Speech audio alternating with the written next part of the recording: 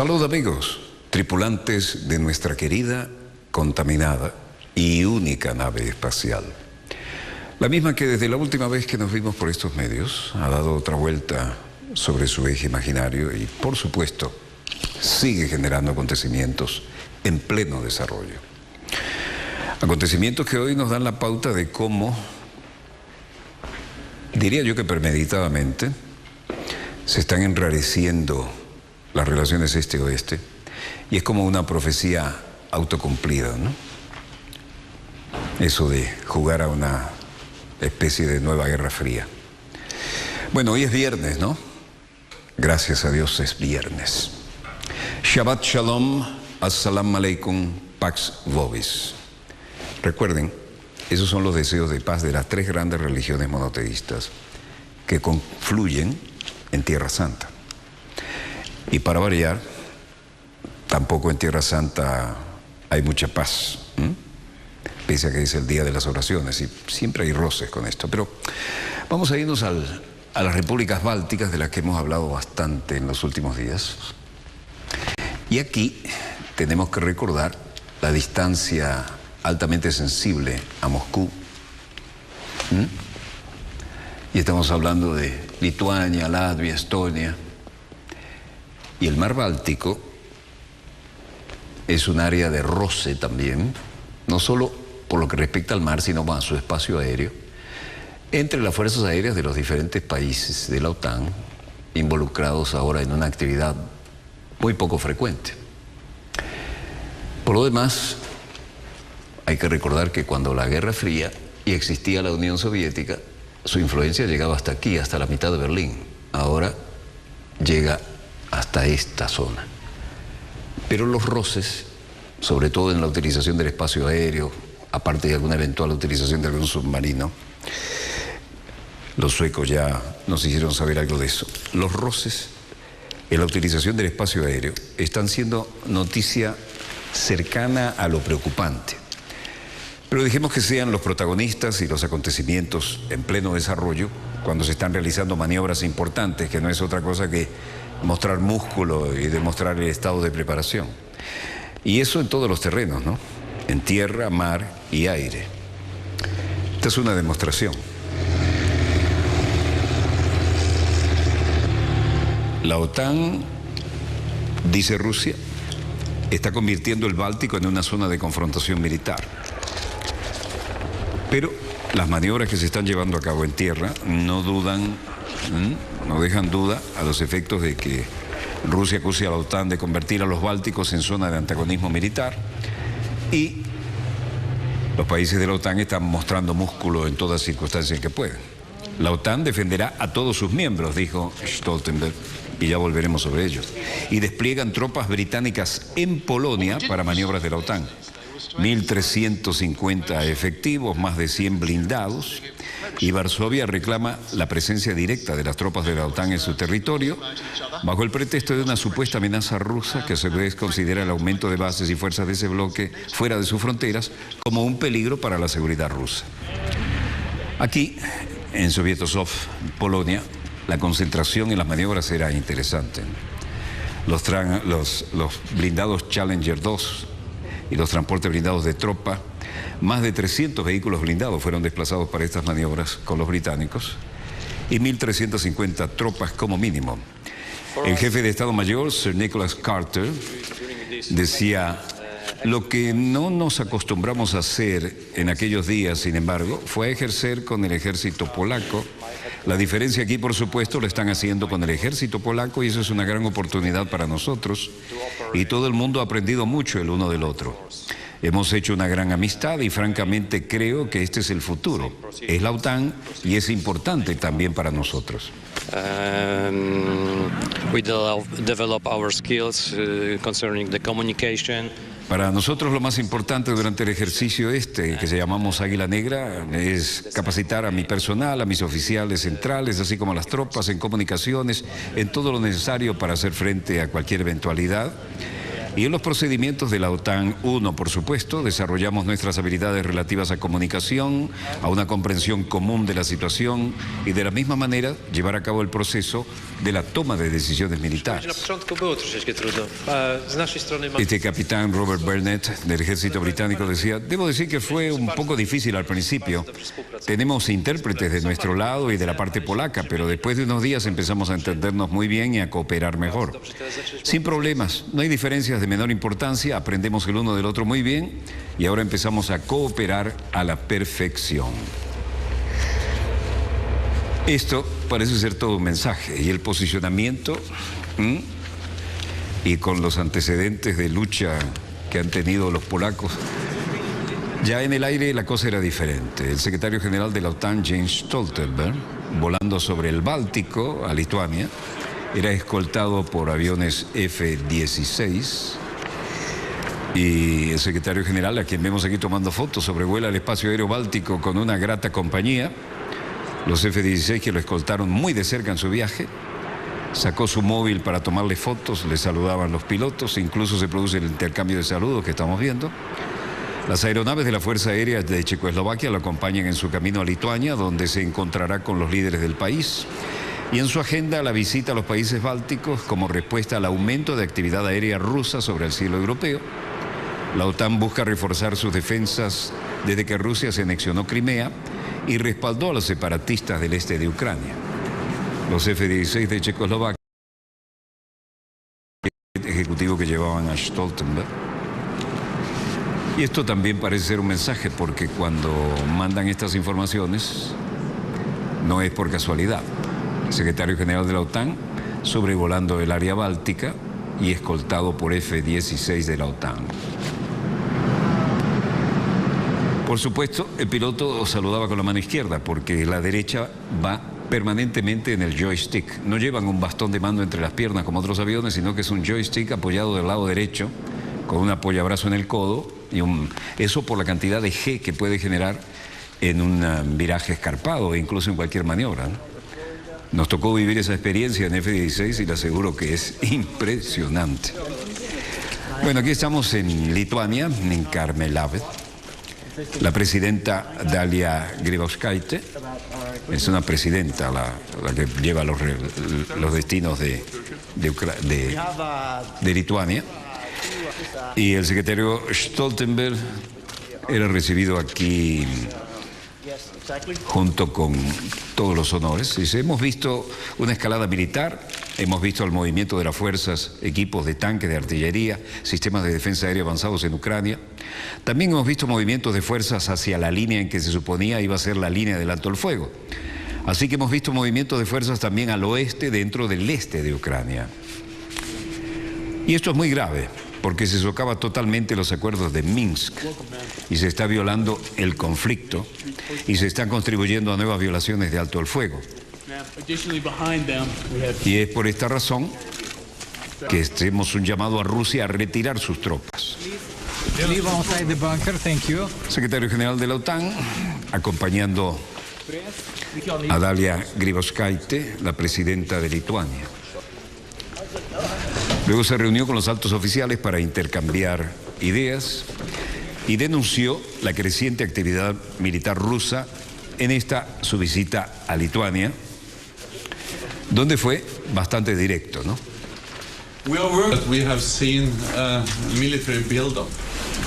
We have seen a movement of Hemos visto una escalada militar, hemos visto el movimiento de las fuerzas, de los equipos, de los tanques, de la artillería, de los sistemas de defensa aérea avanzados en Ucrania, y también hemos visto movimientos de fuerzas hacia la línea que se suponía iba a ser la línea de alto el fuego. line which was supposed to be the line that the ceasefire was going to be. Así que hemos visto movimientos de fuerzas también hacia el oeste, dentro del este de Ucrania. Within eastern Ukraine. A otra pregunta agregó: And this is very serious because it's. Y esto es muy serio, porque se socavan totalmente los acuerdos de Minsk y se está alimentando el conflicto y se está contribuyendo a nuevas violaciones del alto el fuego. Y esa es la razón por la cual hacemos una llamada a Rusia a retirar sus tropas, tanto para retirar las tropas del interior, del este de Ucrania, pero además retirar las tropas de la frontera, porque esto sería una contribución importante para distender la situación. But in addition to withdraw troops from the border, because that will be an important contribution to de-escalate the situation. A otra pregunta respondió: nosotros también llamamos a Rusia a que respete los acuerdos de Minsk y a utilizar toda su influencia sobre los separatistas y hacer que respeten el alto al fuego. Porque lo que necesitamos en Ucrania es una solución política que se base en los acuerdos de Minsk, en un alto al fuego que debe ser respetado.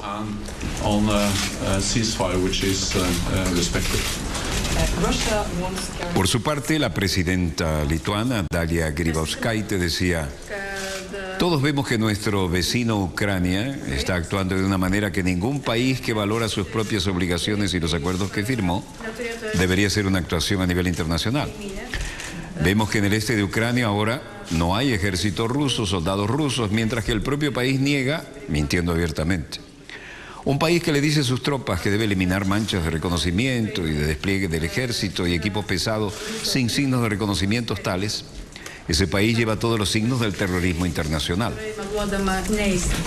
Valstybė, kuri nurodo savo kariams nusiimti atpažinimo ženklus, kuri įveda kariuomenę ir sunkia ginkluotę be atpažinimo ženklų. Tokia valstybė turi visus tarptautinio terorizmo požymius. En suma, tensión en el área y nadie parece bajarse de las respuestas contenidamente agresivas, ¿no? Casualmente, el vicepresidente de Estados Unidos, Joe Biden, aparecía en Ucrania y se reunía en Kiev con el primer ministro Arseniy Yatsenyuk. Muy sonreídos ambos. Esto es todo un mensaje, ¿no? Joe Biden dijo: It's a testament to the incredible determination and courage of the Ukrainian people. Hemos probado y nos parece increíble la determinación y el coraje del pueblo ucraniano, y los Estados Unidos creen que es muy importante esto para tener éxito.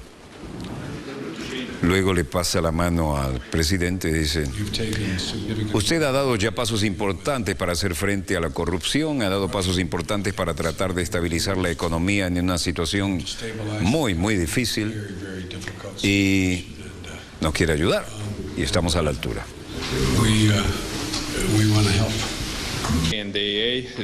Queremos ayudar. Y Biden dijo que la vicepresidencia de Estados Unidos ha viajado a la capital ucraniana coincidiendo con el aniversario del inicio de las multitudinarias manifestaciones populares contra el gobierno prorruso de Víktor Yanukovych. En su visita, el vicepresidente estadounidense depositó unas flores en el monumento a los manifestantes fallecidos durante la revuelta popular que concluyeron con el derrocamiento de Yanukovych. Y además, después de este gesto, se reunió con el primer ministro ucraniano Arseniy Yatsenyuk, como vimos. Su limusina súper blindada,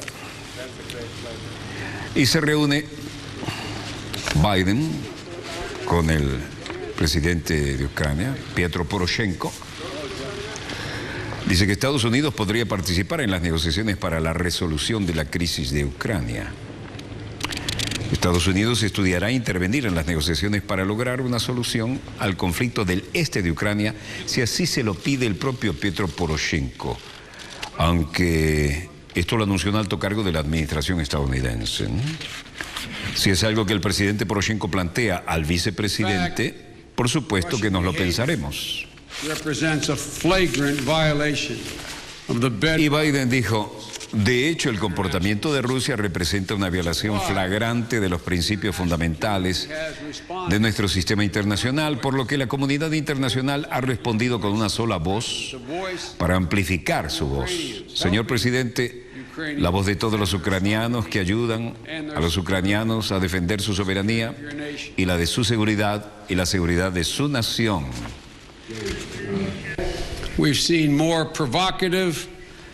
Y luego, siguiendo con la descarga, dijo: hemos visto las acciones más provocativas, de más flagrante desprecio por el acuerdo que se firmó no hace mucho tiempo por parte de Rusia. Y en tanto que continúa Rusia, enfrentaremos el aumento del costo y el costo de esas acciones con un mayor aislamiento. Es bastante sencillo y simple. No es el camino para cambiar todo. Y tuvo después el desparpajo de dirigirse a Putin. Dijo, haga lo que acordó hacer, señor Putin. What I can guarantee is that so long as Mr. President... Lo que puedo garantizar es el fin, señor presidente, a que usted y sus colegas puedan mantener la fe en su compromiso de construir una vida más democrática y próspera. Usted nunca estará solo. Los Estados Unidos estarán a su lado como su pareja y su amigo. And your friend. Bueno, si esto no parece un discurso de la Guerra Fría, díganme qué es, ¿no? Poroshenko, que demuestra en su rostro las preocupaciones, dice, no fue tan agresivo. Dijo, necesitamos un proceso de paz como nunca antes. Ucrania se adhiere firmemente a todos los compromisos que asumió durante la firma del protocolo de Minsk y el memorando de Minsk. Y nosotros tenemos la idea común de que será el formato básico de que todas las partes se adhieran y vamos a hacer todo lo posible para asegurarlo. ¿Qué sale de todo esto? Que Poroshenko y Biden abogan por el diálogo con los separatistas prorrusos. Hemos llegado al consenso total que el formato más aceptable para garantizar el proceso de paz son las negociaciones en base a Minsk. Y esta, la residencia de la Cancillería en Moscú. Lavrov se reúne con el canciller saudita, el príncipe Saud Al-Faisal. Este caballero, cuando era embajador en Washington, era el gran playboy. Es un ex piloto de caza, además. Pero parece que el almanaque le ha cobrado bastante, ¿no? Está desconocido, no es el que conocimos acá en Venezuela, ¿no? Bueno, Sergei Lavrov decía, en cuanto a la situación en el Medio Oriente y las relaciones bilaterales, también compartimos la opinión acerca de la situación en el ámbito de la energía y estamos de acuerdo a continuar nuestra cooperación en el campo de la energía y en temas relacionados con el estado de los mercados petroleros. Todo el mundo se está preocupando por el tema de los niveles del costo del barril de petróleo y cómo está fluctuando extrañamente. О ситуации в энергетической сфере, договорились продолжать наше сотрудничество по энергетике и по вопросам, касающимся состояния. Y estamos relacionados con el estado de los mercados de petróleo, compartimos la situación sobre los cambios en la energía. Ситуации на нефтяном рынке. Y en cuanto a la situación en el mercado del petróleo, la posición nuestra y la de Arabia Saudita es que el precio debe ser determinado por el mercado, donde la oferta y la demanda jueguen un verdadero papel decisivo. Y nosotros y nuestros socios sauditas estamos en contra del mercado afectado por algunos esquemas políticos o geopolíticos. Parece que entendieran algunas de las denuncias hechas, entre otras, por el gobierno de Venezuela, ¿no? Rusia y Arabia Saudita en contra de alterar artificialmente los precios del petróleo. Aquí, presten atención,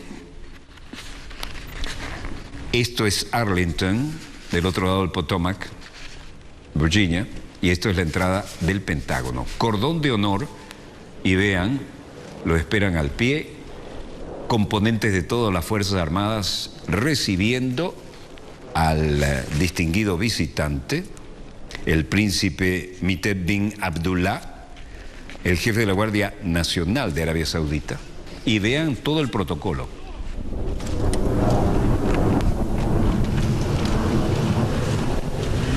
Presten atención a esto, ¿no? Cuando llegó el ministro de Defensa de Israel, lo dejaron solo y entró directo.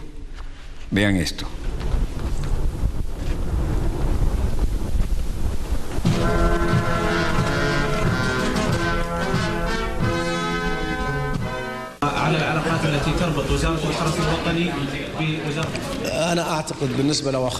El príncipe Miteb bin Abdullah, que es el equivalente al ministro de Defensa, que conduce la Guardia Nacional, dice, creo que sí estamos hablando sobre el tema de Irak.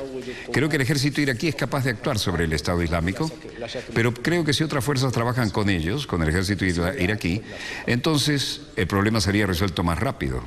Creo que lo mismo se puede decir de Siria. venía con sus correspondientes elementos de seguridad. Es sin duda que el Reino de Arabia Saudita es parte de la coalición mundial en la lucha contra el terrorismo. Y hoy hemos discutido este tema específico aquí en Washington. Hay mucho entusiasmo en esto desde el gobierno de Estados Unidos y también del gobierno de Arabia Saudita, dirigido por el custodio de las dos mezquitas santas, la Meca y Medina, ¿no? Arabia Saudita es el primero en luchar contra el terrorismo, ya sea dentro o fuera del reino. En cuanto a las conversaciones, que son las conversaciones realmente globales y no solo las conversaciones entre Estados Unidos y lo que pasa en Irán, espero que se llegue a un acuerdo total y completo y espero que no haya una presencia nuclear en toda la región.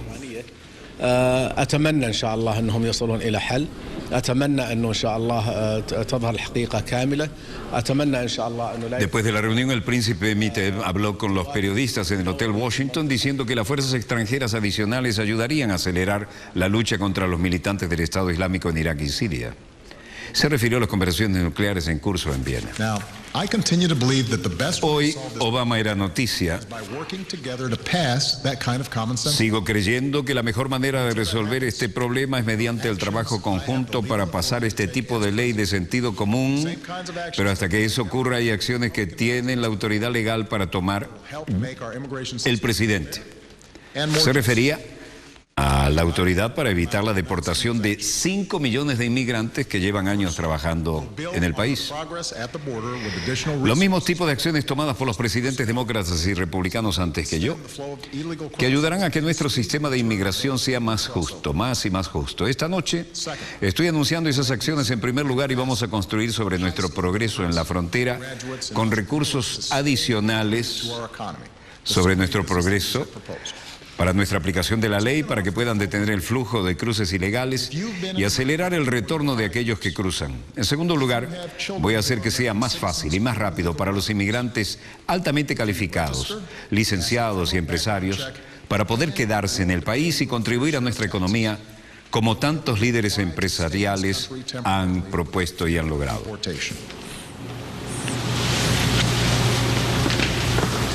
El presidente se basó hoy en su autoridad legal al anunciar la adopción de medidas ejecutivas que eviten la deportación de 5 millones de inmigrantes durante los próximos 3 años. Y aquí se jugó una carta bien interesante, porque todo esto lo habían anunciado como propaganda de campaña electoral muchos, y él también. Pero ahora sí metió el dedo en el ventilador. Y esto va a tener algún efecto, porque además necesita toda la ayuda que pueda si quiere ser reelecto.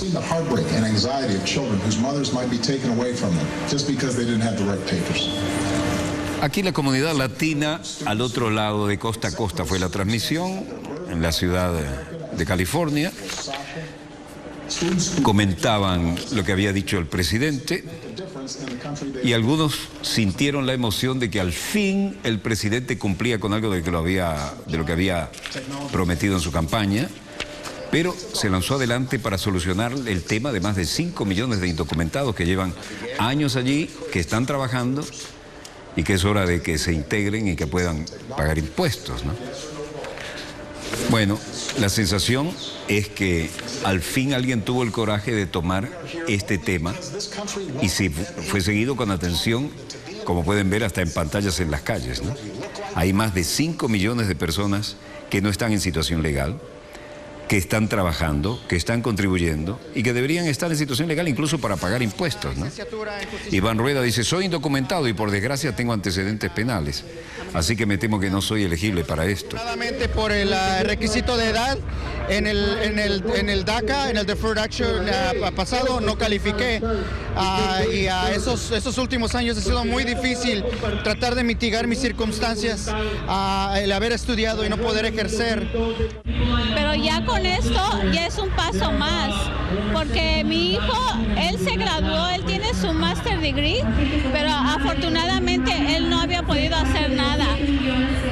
Hemos estado aquí, él llegó desde los 13 años, o sea, es una lucha tan grande y hay tanta frustración en los jóvenes que han estudiado y que no pueden hacer nada. Pero con esto que hizo el presidente ya es un gran logro, de veras.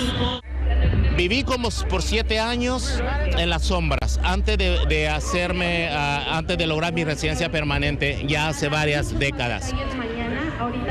Vivir en las sombras significa perder poco a poco su propia identidad, tener que mentir, tener que usar nombres falsos, tener que llorar cuando los abusos en el lugar de trabajo son tan fuertes y vivir con la frustración de que no se puede hacer nada al respecto. Don't let a disagreement over a single issue be a deal breaker on every issue. That's not how our democracy works. Workers who pick our fruit and make our beds never had a chance to get right with the law. Se notaba la angustia en los rostros esperando la decisión del presidente.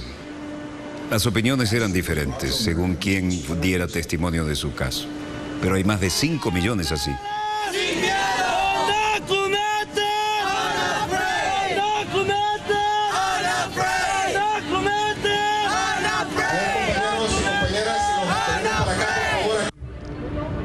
No dijo nada, absolutamente nada. Es lo mismo que ha dicho anteriormente. Las mismas mentiras. Menciona cosas que está queriendo poner más militarización en los bordes. Ese dinero pueden estar en otras cosas, en las escuelas, pueden hacer muchísimo más cosas en lugar de estar poniendo y criminalizando a la gente, que es lo único que están haciendo. I'm undocumented. Bueno, Iván Rueda dice, soy indocumentado y por desgracia tengo antecedentes penales, así que no soy elegible para esto, no me llega. Guillermo Torres dice, dime si un padre que no puede trabajar, no puede ir a trabajar, no puede encontrar trabajo porque no tiene papeles, ¿quién va a pagar la renta? ¿Quién va a pagar las cuentas? ¿Y qué se supone que debe hacer si es su hijo? ¿Dejar la universidad para ir a buscar trabajo? So that they can stem the flow of illegal crossings and speed the return of those who do cross over. Second. Evidentemente tocó un punto altamente sensible el presidente y esta vez sí se lanzó con todo. Es muy posible que esto pueda tener un significado a la hora de buscar su eventual reelección. Y esos aplausos no eran casuales, ¿eh?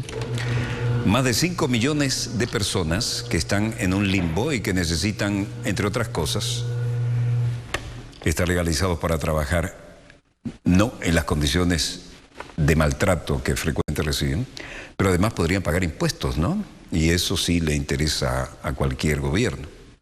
Bueno, veamos cómo están los mercados. El precio del crudo venezolano a la baja en $68.97. Sin embargo, la cesta OPEP sube a $74.36 y el West Texas también sube a $76.31. Como nuestra cesta es el promedio de los tres, salimos mejor. Brent del Mar del Norte, 79,68 al alza. El oro llega a $1.200.90 la onza Troy. En la misma tendencia el café pasa de 190 a $191.38. Baja levemente el cobre que cierra en $6.688 redondos. Y el precio del níquel sube 16.175 la tonelada. Buena noticia para nuestros productores.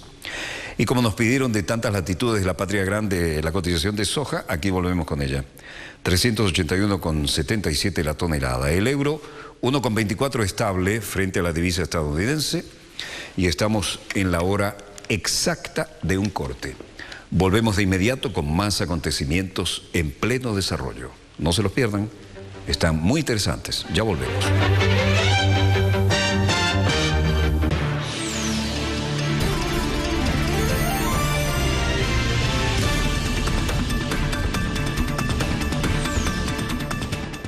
Hoy, Tatiana Pérez conversará con Carlos Facio, analista político y docente de la Universidad Autónoma de México, sobre el cruel caso de los estudiantes normalistas, sus consecuencias y responsabilidades del Estado mexicano. Cruce de palabras. Hoy, solo por Telesur. La cultura es factor clave en la construcción de sociedades sostenibles y equitativas. Vidas es la puerta abierta para descubrir las voces que reafirman la diversidad y riqueza de nuestra América.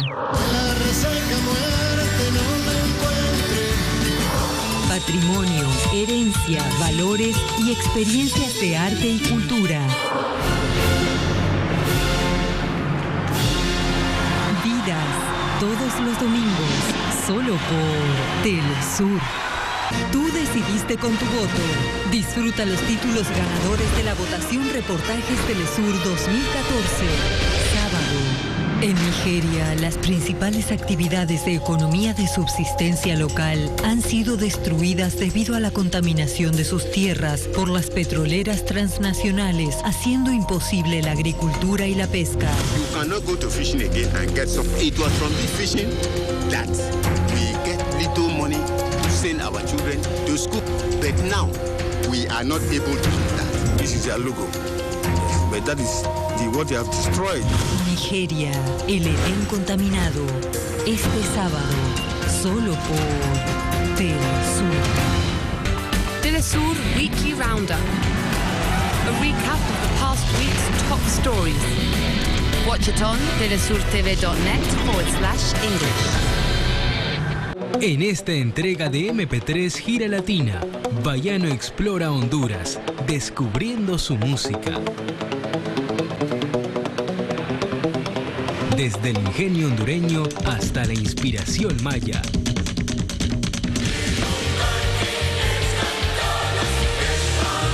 MP3 Gira Latina. Este sábado, solo por Telesur. Telesur te conecta con la información.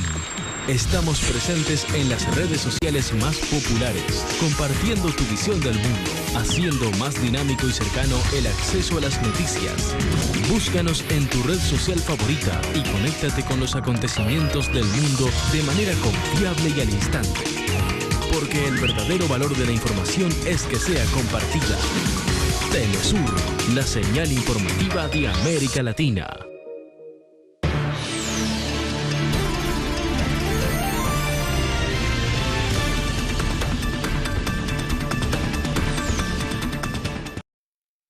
Volvemos con más acontecimientos en pleno desarrollo.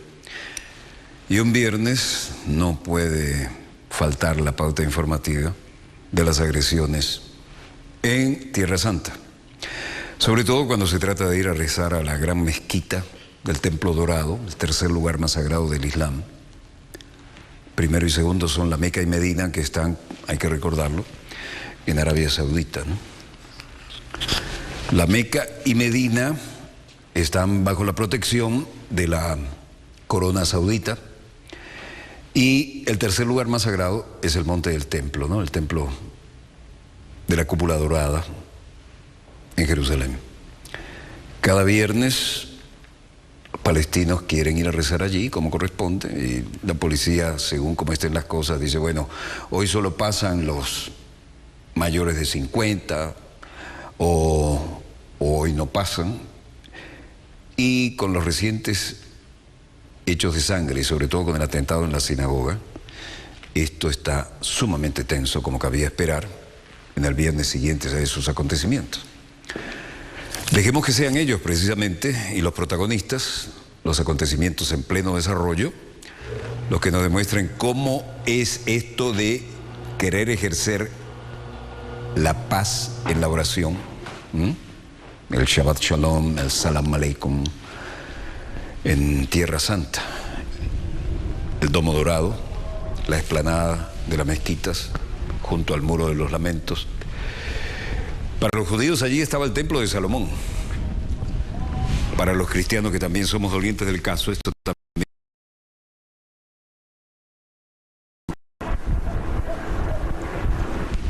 Patrullaje incluso aéreo, ¿no? Tensión en la oración. Tierra Santa, Jerusalén.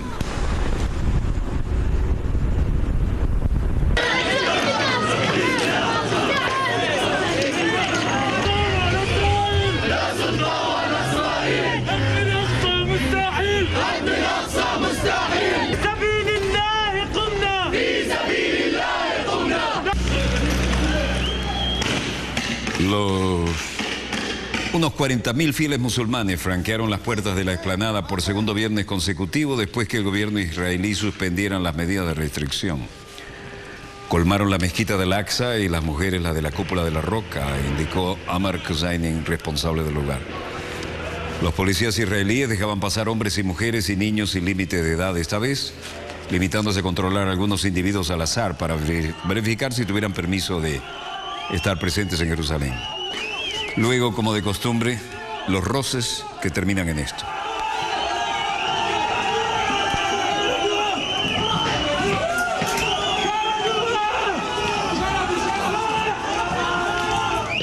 ¿Por qué los dejaron pasar? Porque la semana pasada, tras una reunión con el secretario de Estado John Kerry, el gobierno israelí había suspendido por primera vez la prohibición de acceso a los jóvenes, a los que a priori se les acusa de provocar incidentes. El objetivo era bajar la tensión. A pesar del ataque del martes contra una sinagoga en la que murieron 5 israelíes, el gobierno permitió este viernes el acceso a todos los fieles. La explanada, tercer lugar santo para los musulmanes y el sitio más sagrado para los judíos, está en el centro de las tensiones y afecta a Jerusalén, Israel y Cisjordania ocupada.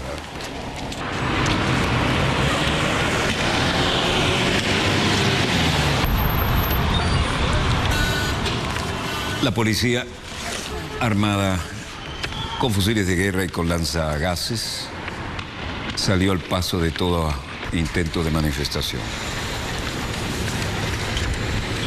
Más de lo mismo, pero un poco más dramático.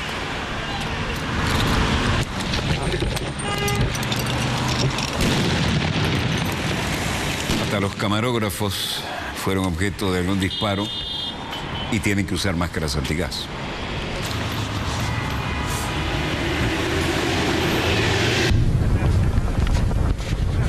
Esta imagen pacífica, casi una postal, tiene la contracara que les acabamos de mostrar.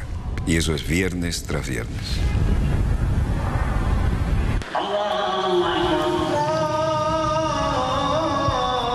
Los que logran llegar a la explanada rezan cara a la Meca. Esta es la explanada.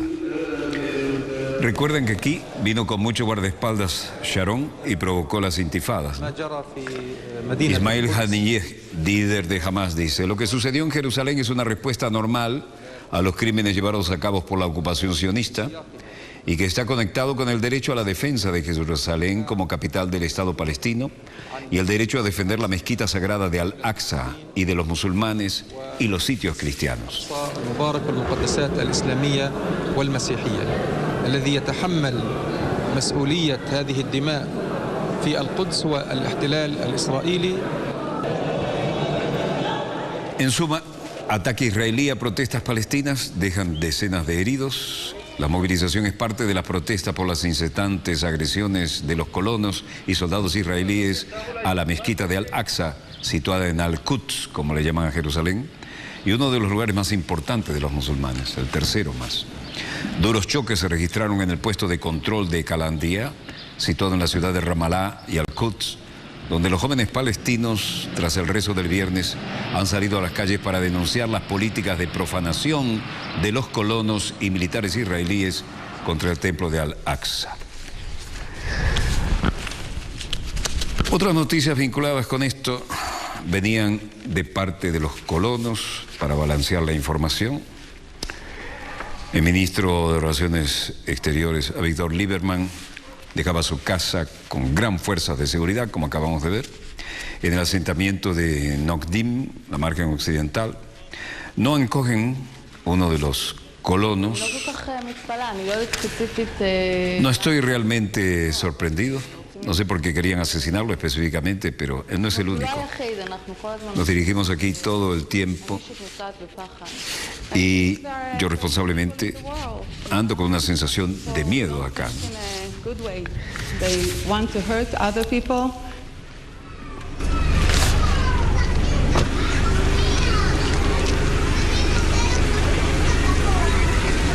Al parecer, la inteligencia israelí reveló un plan de Hamas para matar al canciller israelí Lieberman. Planean asesinar al ministro de Exteriores, Avigdor Lieberman, según ha informado este jueves las Fuerzas Armadas, el Shin Bet y la policía en un comunicado conjunto. De acuerdo con las fuerzas hebreas, una célula de Hamas en Belén planea matar a varios altos cargos israelíes, el primero de ellos Lieberman, lanzando granadas propulsadas por cohetes contra sus vehículos.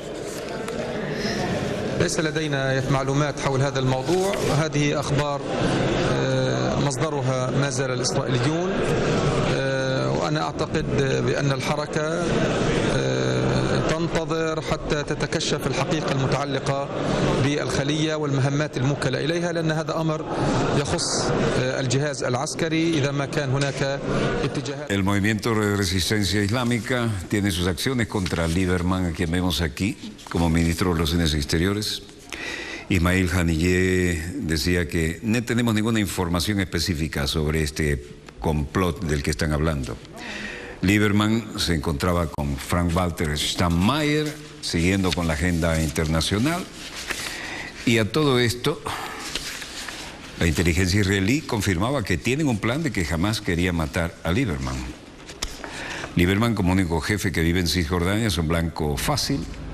Vive en el asentamiento judío de Gush Etzion, cerca de Belén, por lo que esta célula de Hamas podría observar su convoy de seguridad circular por Jerusalén. Bueno, y aquí Viena, Austria, el Palacio de Coburg, conversaciones sobre la situación en Irán, el Palacio de los Espárragos, como le llamaban por la cantidad de columnas que tiene en el frente, ¿no? Kerry ha decidido quedarse una noche más en Viena para seguir negociando con Irán. El secretario de Estado decidió permanecer por ahora en Viena para seguir negociando con su homólogo iraní, Mohammad Javad Zarif, un acuerdo que ponga fin al conflicto nuclear en Irán. El portavoz del Departamento de Estado, Jim Psaki, confirmaba el comunicado de Kerry. Se quedará durante la noche en la capital austríaca y no viajará como estaba previsto a París. Varios encuentros de todo tipo y con diferentes interlocutores, entre ellos al menos 2 de Kerry y Zarif, se sucedieron hoy en el lujoso hotel que les mostrábamos del centro de Viena, histórico por lo demás, que acoge las negociaciones. En medio de la creciente tensión y expectativa tras un año de intensas negociaciones, pareció hoy tomar forma la posibilidad de un acuerdo antes de la fecha límite.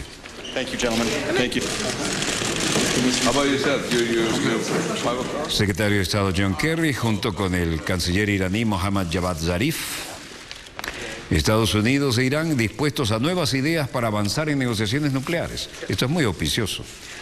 Las discusiones continúan, dijo un importante funcionario estadounidense que no quiso discutir los detalles sobre esta extensión de las negociaciones en Viena. Y vean, están todos los pesos pesados de Europa. Kerry, Wendy Sherman, Fabius, Laurent Fabius, ex enviado de Catherine Ashton, todo el mundo acá. Representantes occidentales en las conversaciones nucleares de Irán se reunieron en Viena hoy viernes con el ministro de Relaciones Exteriores iraní Mohammad Javad Zarif. Cancelaron planes para salir de los encuentros de 4 días antes de la fecha límite. La Secretaría de Estado, a través de John Kerry, el ministro de Relaciones Exteriores francés Laurent Fabius, aquí en pantalla, ministro de Exteriores británico Phil Hammond, el enviado de la Unión Europea Catherine Ashton, sostuvieron conversaciones en la ciudad de Palais Coburg, el histórico, uno de los tantos palacios que sirven para estos eventos, ¿no?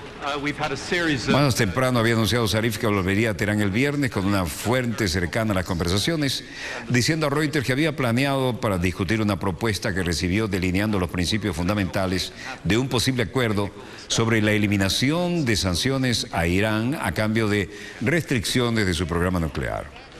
Un miembro de alto rango no identificado de la delegación iraní posteriormente le dijo a las agencias de noticias iraníes ISNA e IRNA que las conversaciones no habían llegado a un punto que requería Zarif. Sin embargo, Kerry y Fabius se establecieron para viajar a París más tarde, el viernes, a fin de celebrar consultas sobre el problema nuclear de Irán con Estados Unidos y los funcionarios franceses.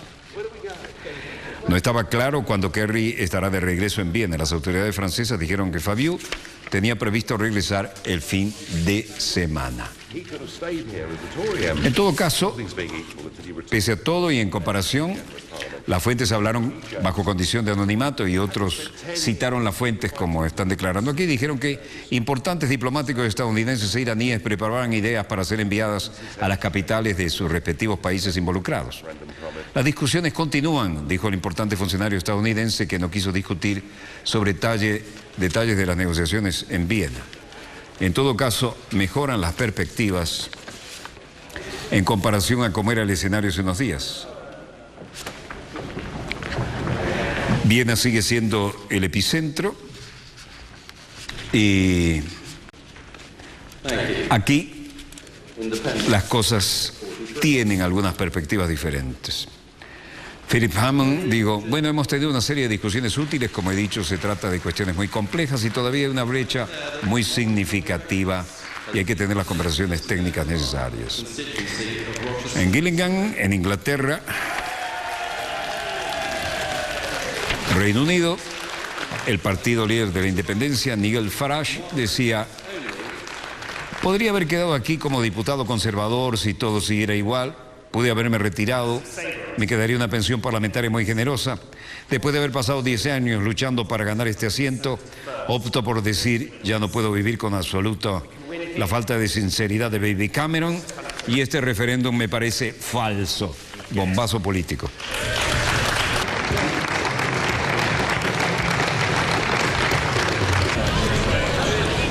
Y luego decían, esta es su victoria que se saborea Rochester Street. Bueno, creo que podemos ganar aquí, podemos ganar en todo el país. Si votan por el partido adecuado, esto es un golpe para el primer ministro de Gran Bretaña. El partido UKIP gana el segundo escaño parlamentario.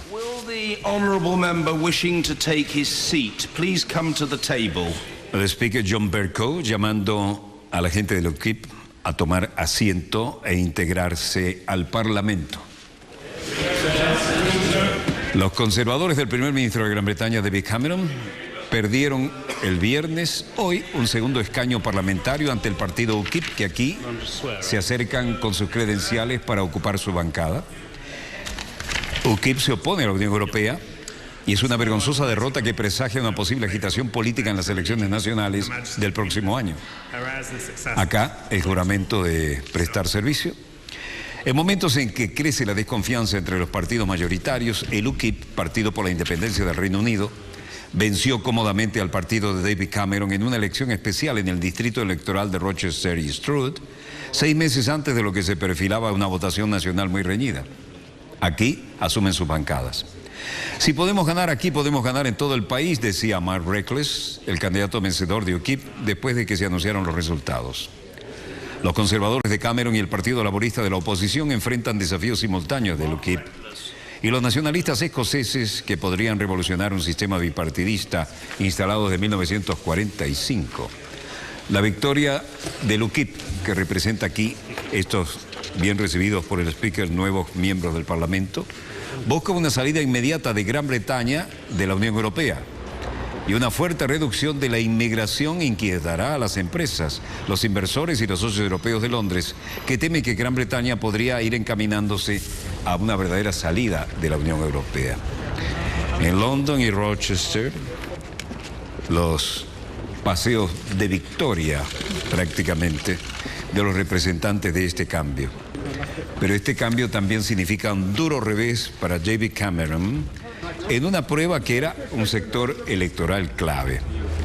El populista y anti-europeo partido UKIP agradece la votación. El Partido de la Independencia y de salirse de la Unión Europea ganó los comicios en Rochester y Stroud y comenzó su camino a convertirse en el tercer partido británico por la elección parcial en esta ciudad del estuario del Támesis, que le dio el triunfo al exdiputado conservador Mark Reckless, que aquí habla con sus votantes, que había abandonado su partido para pasarse a las filas del UKIP. Un fenómeno auspiciado por su líder, el carismático Nigel Farage, que habla como amigo como cualquier amigo de una de las típicas pubs donde se toma cerveza, y dice que la gente quiere escuchar contra los inmigrantes, contra Europa y contra Bruselas, aun cuando es un legislador europeo. Pero su 42% y solo 50% de participación significa que mucha gente de otros partidos prefirió un voto táctico y reforzó a los conservadores para reducir un poco la fuerza del UKIP, o no fueron a votar. El traspaso de Reckless de los Tories al UKIP forzó esta elección y volvió a ganar. Pero su triunfo traería más fugas de los conservadores.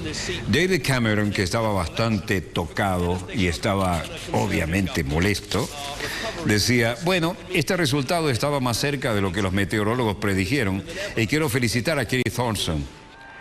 Y permítame decir que estoy absolutamente decidido a ganar este asiento de atrás en las próximas elecciones generales porque no sea un gobierno conservador, nada pondrá en riesgo nuestra recuperación y la media de Ed Miliband y de Downing Street. Y estoy muy decidido a asegurarnos de que entregaremos nuevo gobierno con seguridad para Gran Bretaña. El expresidente de Francia, Nicolas Sarkozy, ha regresado a la política después de un retiro de 2 años y quiere renovar su partido de centro derecha, la UMP, sin nombrando la próxima semana como su presidente. Frente a 2 rivales menos conocidos, Sarkozy es actualmente el favorito para ganar una votación el 29 de noviembre. 268.000 miembros de la UMP, con las últimas encuestas, le dan a Sarkozy el 73% de los votos.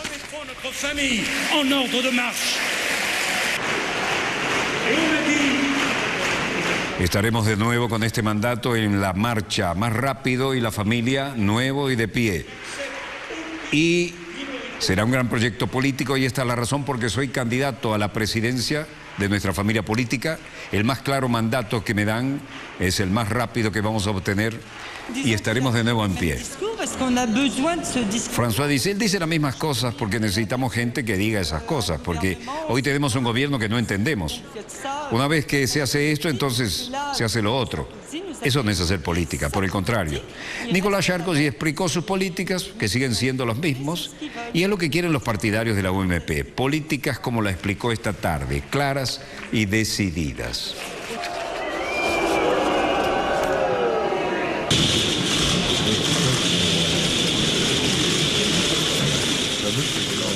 Mientras tanto, en el ámbito de la Unión Europea, las cosas no parecían muy asentadas. Y en Berlín, Angela Merkel con el primer ministro belga, Charles Michel, tenía algunas cosas que decir, y eran las siguientes. Bueno, muchas cosas se me atribuyen a mí, pero no puedo recordar ningunas observaciones escépticas que hice acerca de la formación del gobierno belga. Estoy gratamente sorprendido de lo rápido que fue esta vez el proceso y el primer ministro estaba apenas en su posición cuando nos conocimos y empecé a ir a trabajar con él, así que estoy feliz de tener aquí un nuevo compañero y también me gustó mucho el trabajo conjunto con el predecesor, pero creo que nos llevamos bien. Personnel, vous trouvez en Monsieur Michel des affinités particulières qui feraient de lui un partenaire privilégié au niveau européen? La traducción, por supuesto, al francés para el belga. Creo que el canciller, y comparto la opinión de que tenemos que reconciliar el desarrollo económico y la cohesión social con la creación de puestos de trabajo, que es la mejor garantía para financiar permanentemente nuestra protección social, que es bastante costosa además, ¿no? En este contexto, por supuesto, también abordó la cuestión de las inversiones a nivel europeo. A Bélgica le gustaría ser un socio leal en este debate europeo sobre estos 300 millones de euros, un objetivo de la Comisión Europea de Jean-Claude Juncker.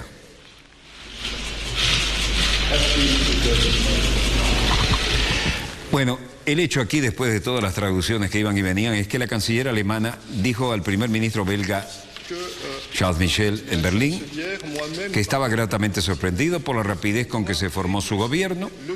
La pregunta de un reportero de habla francesa para comentar sobre los informes de qué se sabe de que usted era escéptico acerca de la supervivencia de la coalición belga, Merkel respondió, a mí se me atribuyen muchas cosas, como dijimos, ¿no? Pero puedo recordar ninguna observación escéptica.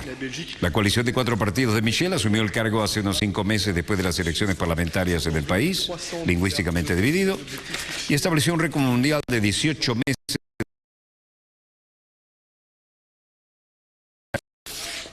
De manera que estamos entendiéndonos muy bien, Alemania y Bélgica, y esta es una demostración de cómo estamos poniéndonos de acuerdo. Bueno, México, el Zócalo, la indignación que no cese, y todo el mundo solidariamente indignado también. 31 detenidos tras disturbios en el Zócalo capitalino. Fueron detenidos anoche tras diversos enfrentamientos con la policía que ocurrieron después de la marcha y el mitin, que eran pacíficos. ¿Por qué? Por la increíble situación de los 43 estudiantes normalistas desaparecidos. Anoche, después del mitin, un grupo de jóvenes varios encapuchados, se quedó en la plaza del Zócalo capitalino y comenzó a azuzar los elementos policíacos, quienes no tardaron en responder, como estamos viendo. El grupo buscaba llevar nuevamente al Palacio Nacional, pero esta vez no pudieron lograrlo. El mitin ya había terminado, pero seguía llegando gente al Zócalo cuando los jóvenes comenzaron los enfrentamientos con la policía. Primero los granaderos, luego la Policía Federal, después persiguieron a los agresores, incluso encapsularon a personas ajenas a las mismas y finalmente detuvieron a 31 personas. Todos fueron presentados ante el Ministerio Público, donde se les toma declaración. Algo poco frecuente. Anoche el jefe de gobierno del Distrito Federal, Miguel Ángel Mancera Espinosa, explicó que las autoridades tomaron la decisión de actuar cuando el grupo de jóvenes comenzó a atacar y lanzar objetos, entre ellos bombas Molotov, contra los policías. En la refriega, algunos grupos respondieron con piedras, como en el cruce de Tacuba y República de Brasil, donde quedó varada uno de los camiones de las autoridades. Convocan a un paro cívico para el 1 de diciembre y los padres de los 43 normalistas de Ayotzinapa llamaron a realizar el paro cívico. Esto realmente es increíble y no hay respuestas coherentes ni nada parecido en ese sentido. Rápidamente quiero mostrarles y acusar recibo de verdaderamente muy buenos libros que hemos recibido. Este, que se llama El Imperio del Terror, escrito por Alejandro Castro Espín, realmente es un análisis profundísimo de cómo se está manejando la política exterior. Y quiero mostrarles también este de Ciencia, Tecnología e Innovación, Desafíos e Incertidumbres para el Sur. Fidel Castro Díaz Valar es el autor, y esto representa un estudio muy profundo. Y también de Fidel Castro Díaz Valar, Ciencia, Innovación y Futuro. Este libro, que tiene realmente profundísimo estudio, merecería ser objeto de cualquiera que se encargue de estudiar ciencias. Queremos agradecer ese envío y despedirnos hoy, porque es viernes, gracias a Dios, es viernes, qué semanita. Volveremos el lunes, Dios mediante, cuando nuestra querida, contaminada y única nave espacial haya dado 3 vueltas sobre su eje imaginario y estemos aquí para contarles la pequeña y gran historia de las próximas 72 horas. Si hubiera alguna noticia de impacto a nivel de ella, estaremos así de inmediato. Feliz fin de semana, no ingresen a las estadísticas, los esperamos allí el lunes. Desde el estudio 3 de Venezolana de Televisión y a nombre del equipo Dossier, se despide de ustedes Walter Martínez, productor y conductor del programa Dossier. Disponga usted de las cámaras, señor director.